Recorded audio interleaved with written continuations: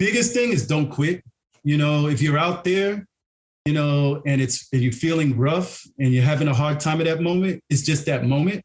Go through it, because eventually you're going to get out that moment. So don't quit.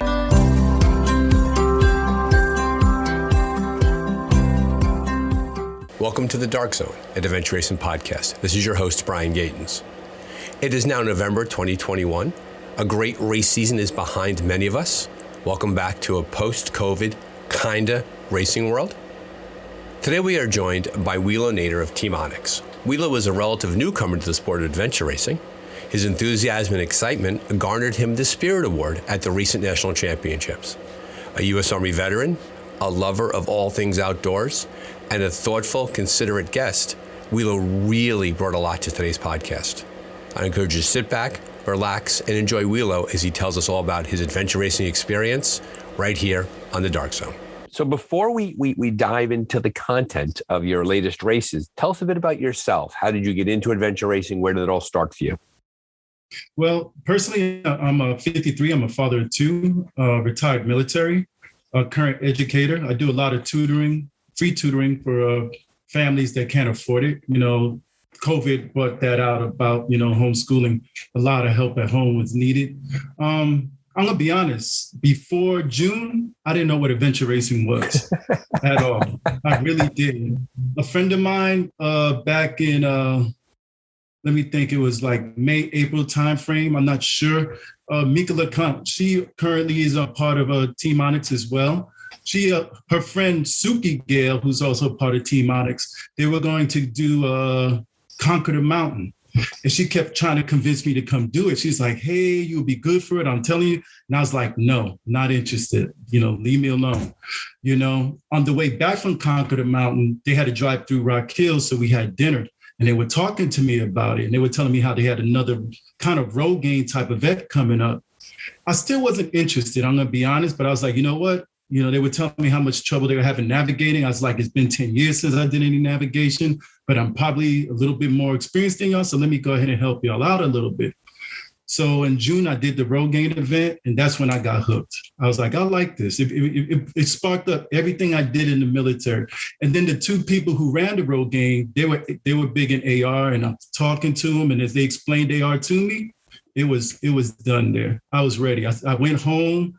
I started looking up everything I could on AR, on Facebook, on YouTube. I watched Eco Challenge because I had refused to watch Eco Challenge. And after I watched Eco Challenge, I was dead into it. I mean, like I joined Facebook, like AR discussion group, AR Bazaar. I joined everything in Facebook and through all these discussion groups and groups, that's when I started learning about races. So I started signing up for races. And my first race would have actually been the Bear, but then I got, being part of Team Onyx, got lucky enough to jump into nationals with them. So you raced nationals several weeks ago in Cable, Wisconsin. Tell us a bit about your team and your race experience. Myself, zero race experience, zero. The team, I'm part of Team Onyx. They had a team set up. One of the guys got injured. They sent in the group, hey, I'm out. We need a replacement. It took me about 5 minutes. And the only reason I hesitated is because, again, I have zero experience. I never rode on a bike. I never done any type of water activity. I was like, I don't know if I should do it, but I want to do it. So I wrote Mr. Clifton, he's the captain of the team. I wrote down, hey, I want to do this. He told me to reach out to Johnny because Johnny and Lizelle, two members of Onyx, were actually part of the team. He told me to reach out to him. And Johnny said, come on, man, we want you. We need you. Come on. I told him, I've never mountain bike. I just bought a bike. I've only ridden on the road, gravel, and dirt trails. I've never been on a canoe except one time at that point because myself, training up for the Bear, my other partner, Mika, we did one canoe class. We're going to do a couple of more before the Bear, understanding that was one of the disciplines. But he's like, nah, come on, we got you, So we go out there and they took me under their wing. I pretty much follow along. They tried hard they took me out. We drove out a couple of miles because, certain areas were cornered off we couldn't do. They put me on my bike. We did a couple of single track. I fell a lot. I tell everybody jokingly, but I'm not kidding. I hit every tree and every rock out there. training up for it, and it showed, and we went out there and did it. I gave it the best I could. Single track was no joke. That was the biggest thing I had to go through. So Wilo, I'll tell you that your origin story, getting into adventure racing, is not uncommon to hear. We talk to a lot of people in the dark zone, and they talk very often about how adventure racing is one of the harder sports to describe to somebody else, right? We've talked about that previously. And yet we have this class of people, of which you're clearly included, knowing barely anything about the sport, but decided to give it a shot anyway. What is it about your personality in the sport that you're willing to take such a leap into such an intense activity and to do so with joy? Because clearly you had a great time. It's very obvious, right? The way you talk about it. So what do you think it is about yourself and about us as a community that people will dive into something so challenging without even really thinking a whole lot about it? It's that word you said, the community, teamwork. I grew up playing team sports as a child. In the military, everything is a team. I'm an infantryman. We work as a team. And the one thing I loved about this, especially when I went to the nationals, is that even though you're competing against other people, everybody's one community. Everybody's a team. Everybody was happy to see people. Everybody was talking to people. Everybody's giving each other advice. Everybody's doing something to make somebody better, and all of that in competition.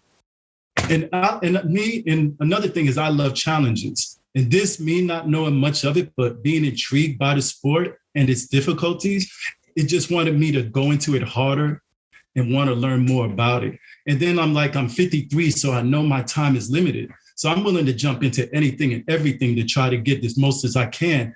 And yeah, I understand eventually I'll have to stop racing, but I'm hoping the experiences that I have, I can help other people coming up behind me, use that experience to help them as they move forward, just like everybody's been doing for me since I've started a couple of months ago. So if you dove into adventure racing back in June, did adventure racing replace another activity you were doing, or did you feel you were a bit adrift? Well, I was doing OCRs, a lot of, Spartan races, but I'm going to be honest, I enjoyed it because it was something physical to do. I got into it because when I retired from the military, I was doing nothing.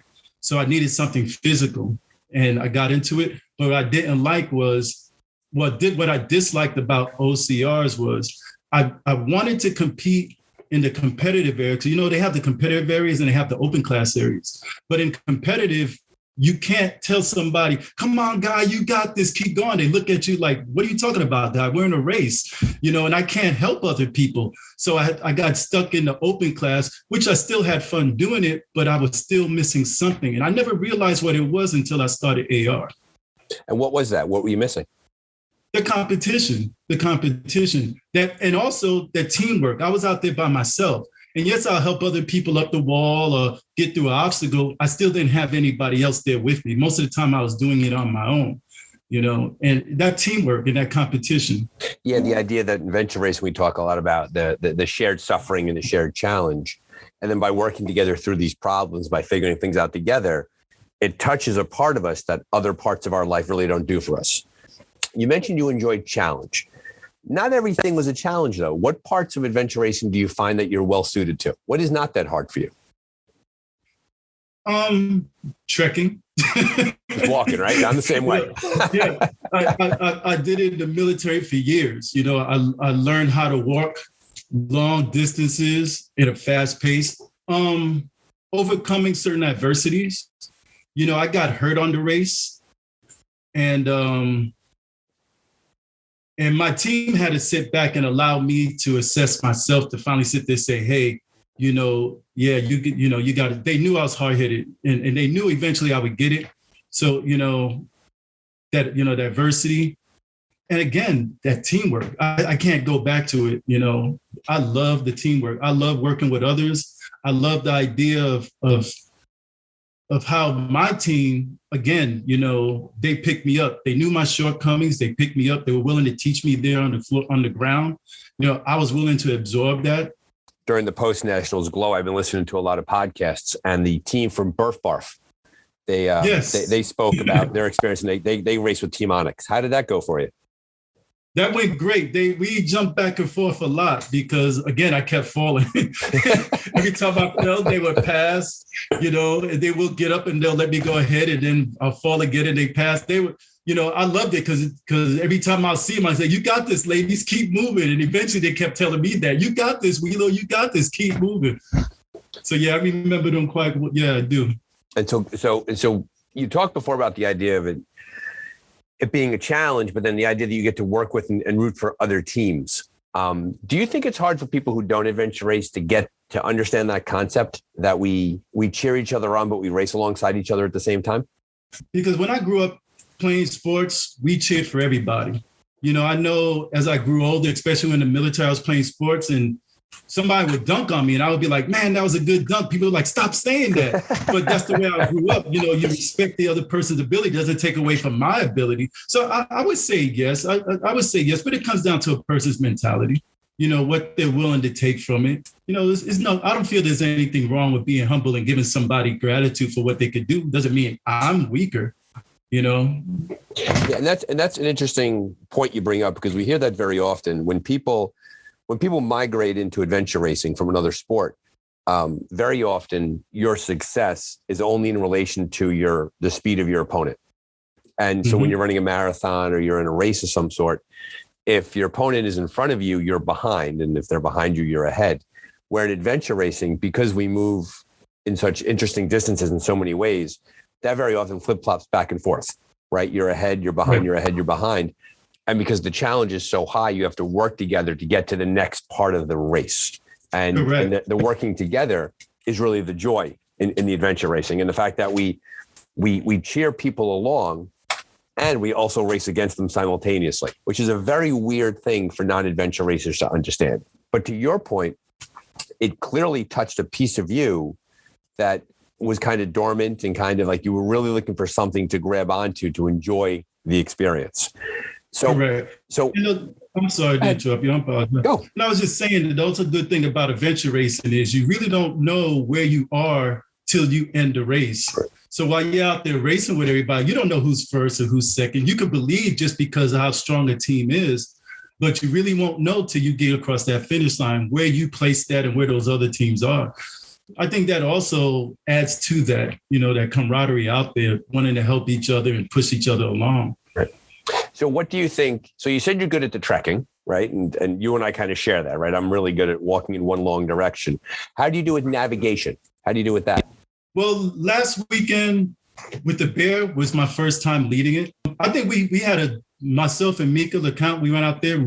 We had a great plan. We did well. It showed my shortcomings because it's been years. We're talking about over a decade since I had a map and a compass in my hand. During the Nationals, I sat back and watched because, I didn't want to, one, because of my lack of experience of what I was doing. It was best for me to sit back and watch and absorb. So I was pretty much filling the water, et cetera, doing that stuff.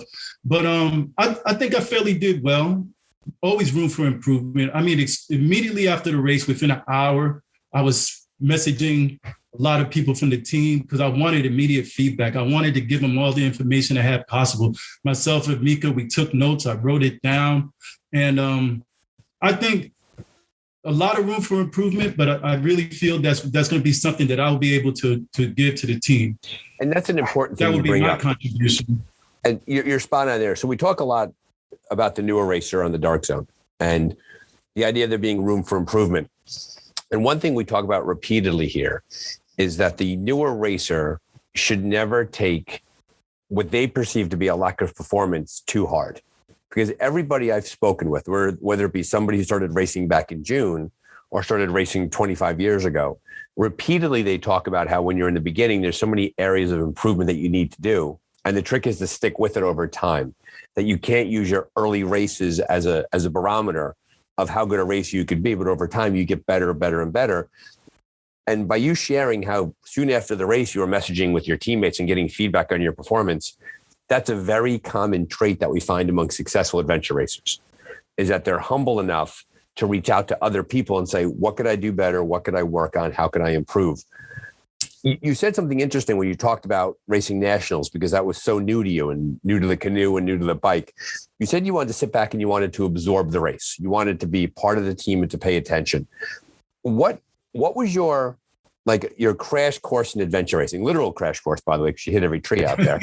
But in your crash course during nationals, what did you absorb the most? What did you take away the most from that experience watching your team and watching other teams? What new things did you learn? What new things did I learn? Strategy was one. How to, I guess, I don't know if it's new because a lot of things that I learned out there were a lot of things I've learned in the military, but again, building a strategy, being able to change it on a whim because you don't know what's going to happen out there. Anything could change and so you might have to change your strategy when necessary. Packing, gosh, packing. I overpacked and overpacked. Lucky enough, I think my strength and endurance helped me out there with that heavy pack. But watching other teams, watching my team members, I kind of learned a little bit. But if you ask Mika, last weekend I didn't because I still went out with a big pack. So I'm still learning. Well, a very common expression is you pack your fears. And so it's not uncommon for people who are newer to the sport that when they're getting their gear ready, they bring too much food, right? Because they're scared they're going to go hungry. They bring too many clothes. They're scared they're going to be cold. They bring too many of an item because they're looking to prevent something else. And so your growth in how to pack and how not to overpack is a very common thing that we see. And what's amazing is you'll go to these bigger races. It could be a multi-day race. It could be 24, 36 hours. The lack of gear that the top teams carry is amazing. Like they will head off into the woods with almost like a day hiker's backpack on. Like they really cut a very, very thin edge on what they do and don't carry. With the idea being that you're trading off, you're getting something back, right? So if you want to move quickly, you have to carry less items. Well, if you carry less items, you carry fewer items. You then realize that if something goes bad out there, you might be a lot colder than usual. You might be in wet clothes for a long time. Whereas if you want to not be wet and not be cold, you carry extra clothes. But what do you give back? You give back weight. So that's the most uncommon thing. What did you overpack? What was the thing you carried the most? Was it clothing or food or something else? To be honest, I'm plant-based, so I have to have a lot of food. I eat a lot. I'm constantly eating, so I don't feel like overpacked on food. Definitely clothes. I mean, I knew we were going to the water, so I bought a change of clothes for that. I knew the temperature drop was supposed to be roughly 30 degrees, so I brought something to be cold. So my pack was just full of all this gear. And I remember Johnny, he was my team, the captain of our team out there. He's like, you don't need this. And I'm just looking like, what? I too have been the recipient of the parking lot pre-race unpacking thing. That's happened to me also. So you're in the right spot. It was clothing. Definitely clothing. Yeah, when I spoke with Tim B of Rib Mountain Racing, who came in third, he was telling us in the podcast that he wore one set of shoes the entire time, one set of shoes, and that they over 30 hours I don't think they changed their clothes. They would put clothes on to get warm. And they would take clothes off when they got too warm, but for the most part, they raced in the clothes that they wore the entire time. They carried all the mandatory gear, but they had no change of clothes built into their, if necessary, that did not exist for them. That was pretty much the same for us. We may have changed socks because we took a little bit longer transition area than most teams did. Well, the bigger teams did, but I think the most we changed was socks, if that. How did you do during the overnight racing in the dark? Were you on foot, on bike, or on the paddle? On bike. That's what took me out, was that single track on bike. Yeah. And I think if I understand correctly, there was a section of the course that was very technical single track. And I think that your team hit that was a section you guys hit at night. I'm not sure, to be exact. I'm going to be honest. Anything I could have done would have been technical, right. Extremely technical. But I want to say during the day, we did the most extreme, because I remember riding at night telling Johnny and Lizelle that if we would have did this in the day, I would have been a lot more smooth. I felt a lot more comfortable about it. I did this one more in the day than the other one. So I'm pretty sure it wasn't the harder one, but it was still pretty tough. Yeah, plus the overnight hours, it gets cold, you get tired. The race started, I believe, at 9 a.m., if I'm correct. A little bit after 8. 8 a.m. And so by the time you get to the night section, you're deep into the race, right? You're at least 16, 17 hours you're well over halfway through the race. And so you have fatigue, you're hungry, you're on a mountain bike, lights and night. It's a hard challenge. I wonder do you think your race would have gone differently if you had hit that, if you were on your feet at night? Do you think you would have had a better performance, or was it just the time just caught up to you? No, I think, yeah, if we were on our feet, it would have been totally different of that. But the way the race was set up, we were going to end up on bike somehow or another. Somewhere or another, we're going to end up on that track. And to be honest, taking away anything you said about being fatigued or cold, what took me out was just the fact that I didn't know what I was doing. I didn't know how to handle certain turns. I didn't know how to react to certain jumps. And just to be honest, it's just too much for me at that moment. Gotcha. And I'm assuming if you're like typical adventure racers, for as challenging as that was, you can't wait to go do it again. Oh, no, I'm ready for it. I'm ready. Soon afterwards, I had to lay off the bike because of my injury. Luckily, this past weekend was basically road and gravel road and fire trails. But, again, today was right back out there. I got told about certain apps. I found a single track. So I was out there riding today, working out today. So, it's get out there and get it done. There's only one way to do it. It's, learn is to do it, right? A very, very common trait among successful adventure racers you're bringing alive here. And Stephanie Ross, who was involved with that course creation, is a very successful race director. She talked about how when she did her first adventure race, she was utterly demoralized. That was the phrase she used to describe the experience. And on the way home from that race, she was looking for her next race. Like the lack of success doesn't translate to a lack of desire. That even though it's challenging and it's hard, we still return right back to it. And to your credit, your post-injury, and I hope your injuries weren't that severe, and it's good that you're okay and you're riding today, you're back on the bike looking to improve that part of your performance. So therefore, when you go back out to race again, you're even better at it the next time. That's the goal. Correct. So you mentioned you're plant-based, because it's hard to race that long and that hard and be plant-based, because people who are plant-based, if I understand correctly, tend to take in a lot of food over time. So how'd that go? How'd that work out for you? That actually worked out good. It really did. Lizelle helped me out a lot because she was also on our team. She saw how much I was eating, how much I kept saying I was hungry. So she looked at things I ate. She was able to make, she make sandwiches, pick the right things to take out there. Because I love eating fruit and vegetables. I'm whole food. So it was kind of difficult because I'm not going to take pears and apples and grapes out there. Things are going to crush. But so instead of making peanut butter and jelly, we made quinoa rice with lentil in it and stuff, simple things like that.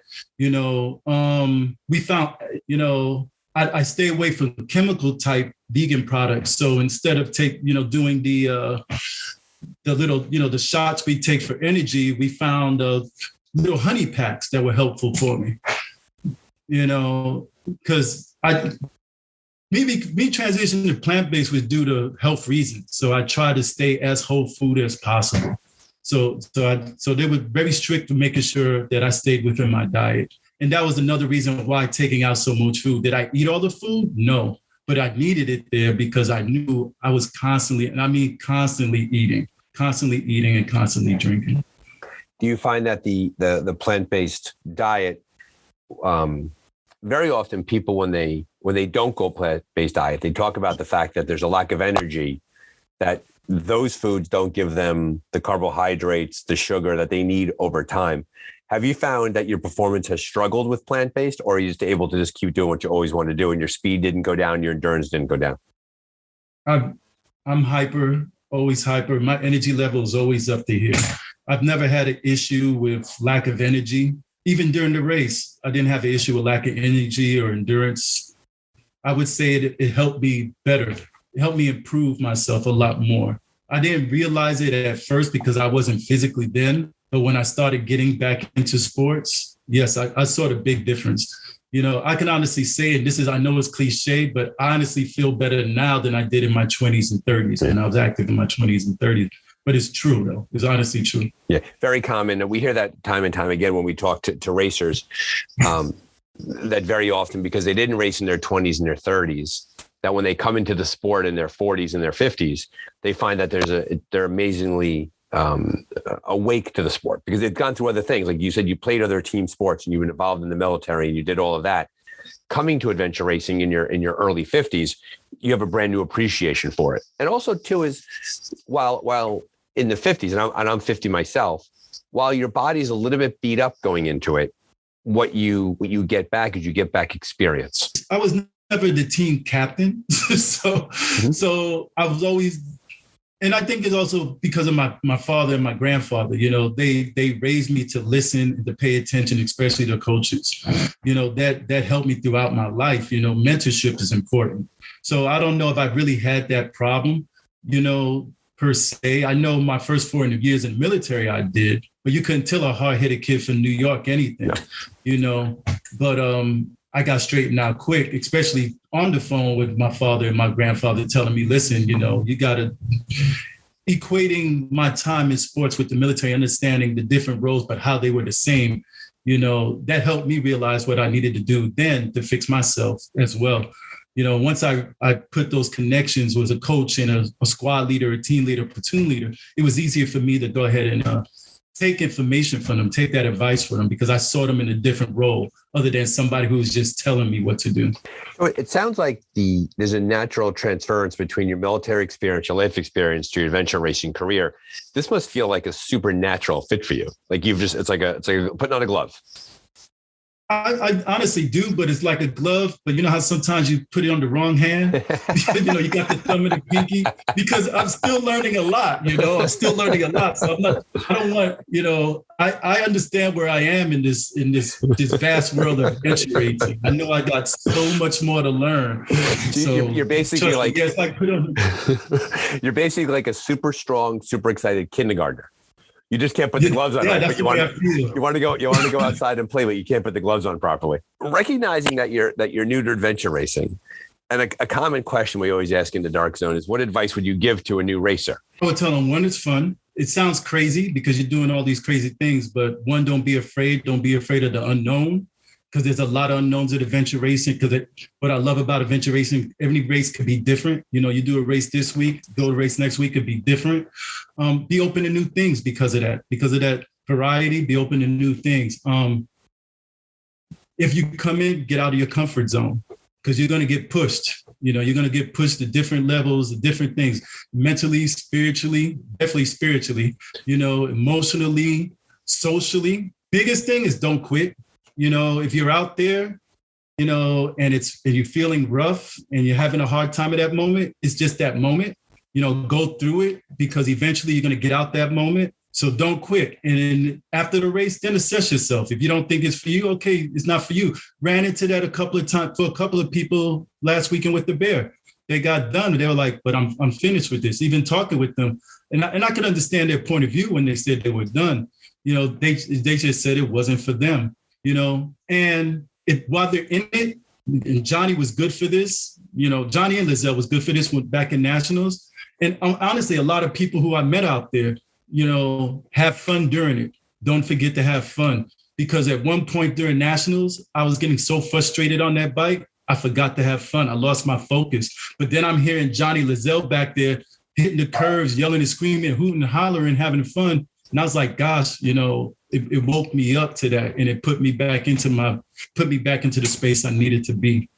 A really good piece of adventure racing advice I was given one time by a very, very strong racer. She told me, however you're feeling right now, it's going to pass.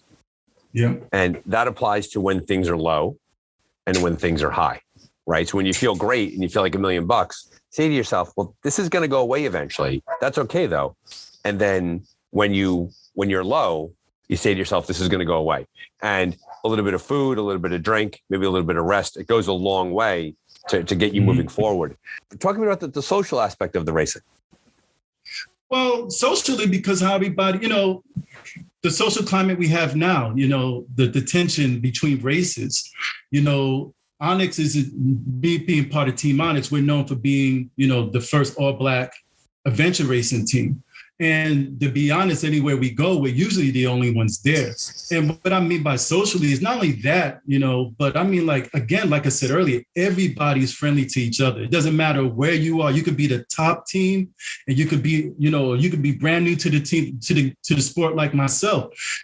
Everybody took me in. I remember when I met Ben Racing and Rootstock Racing, I fanned out. I was, I fanned out. I was like, oh my God, this and this and this. But those guys, they spoke to me just like anybody else, willing to give me advice, wish me luck. And even though I didn't see them on the course, but after the race, when they heard about me, they found me, they made sure I was okay.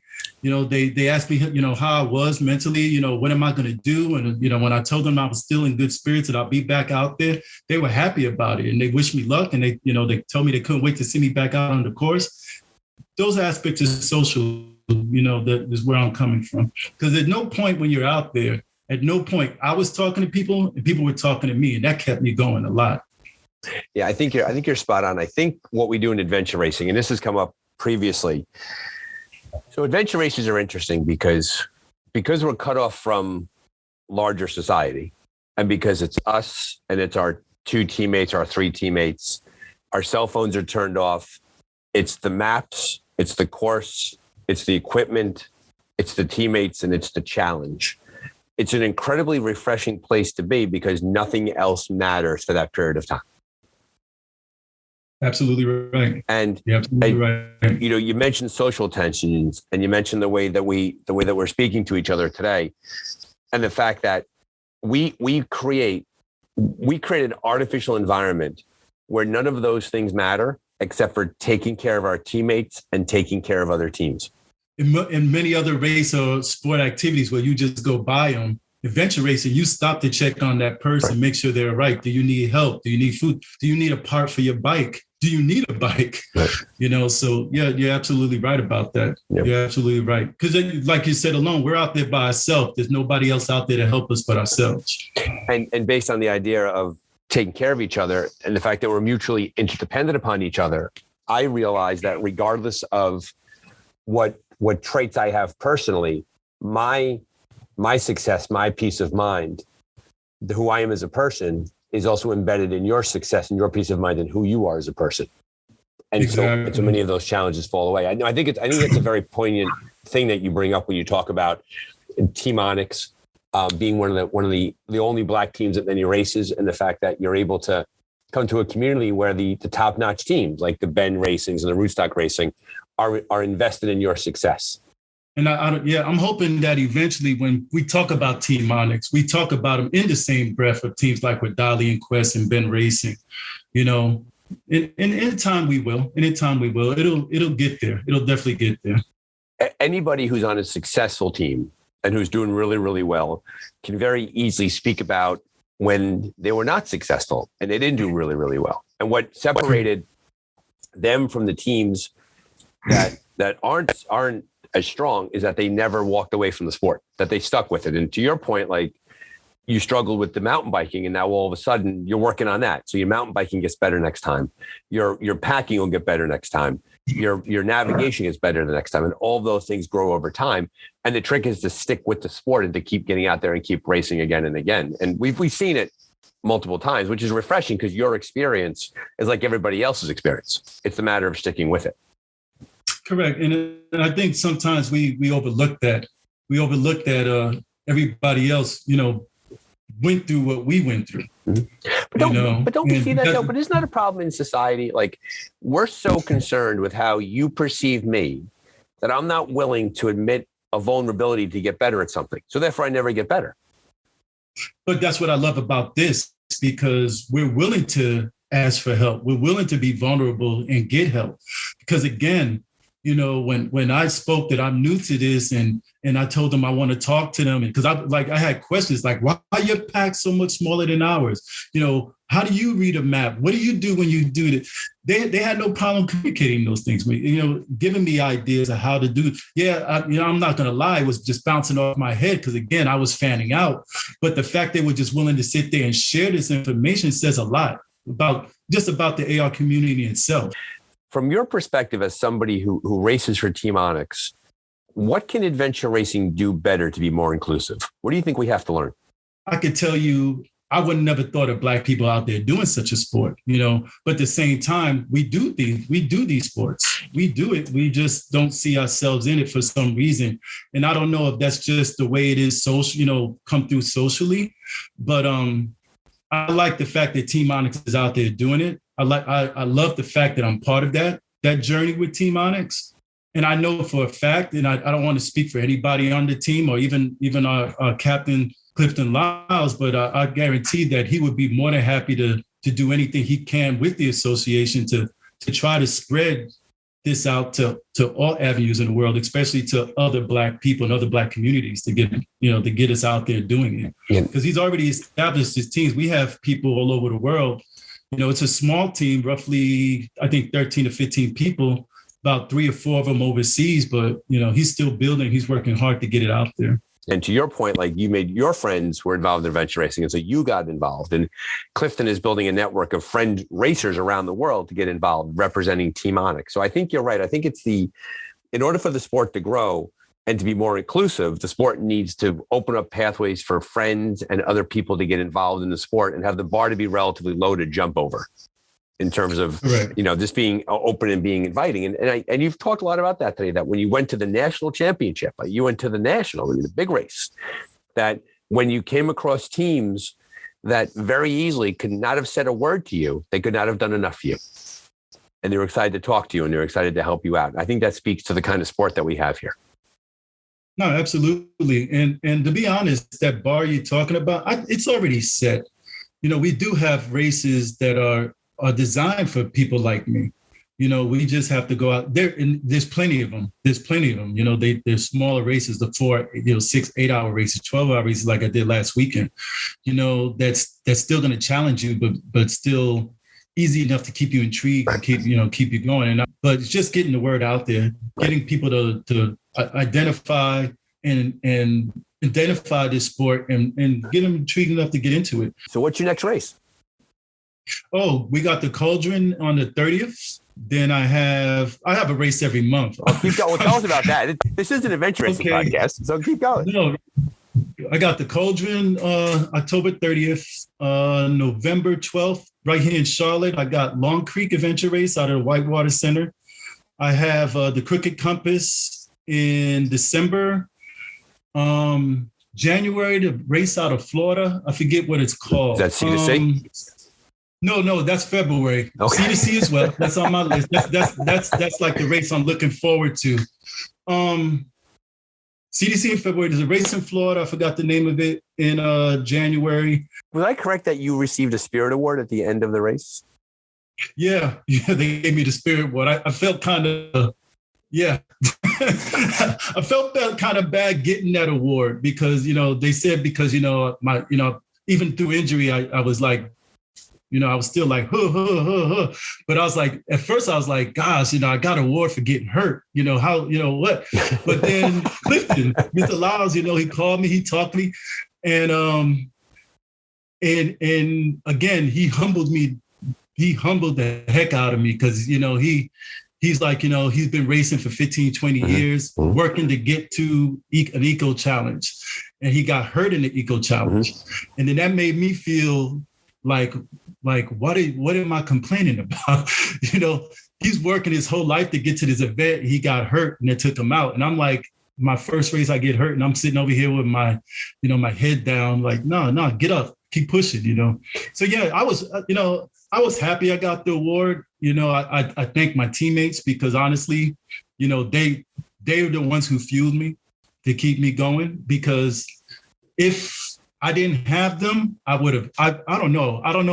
It's hard for me to sit there and say if I would have stopped, but I know the main reason I didn't want to stop was because I didn't want to let them down. I didn't want to let down Team Onyx down. And then as other people kept going by, I didn't want to let them down, so yeah. I gave it to my son. He's proud of it. He hung it up on his bedroom wall. Before we wrap up today, anything else you want to share with the listeners to the Dart Zone? I'm just thankful for being here. I'm thankful for the opportunity. I thank Team Onyx for the opportunity. I thank the AR community for the opportunity. And And I'm just looking forward to doing bigger, better things out there. I'm hoping to leave a legacy behind, especially with Team Onyx and AR community.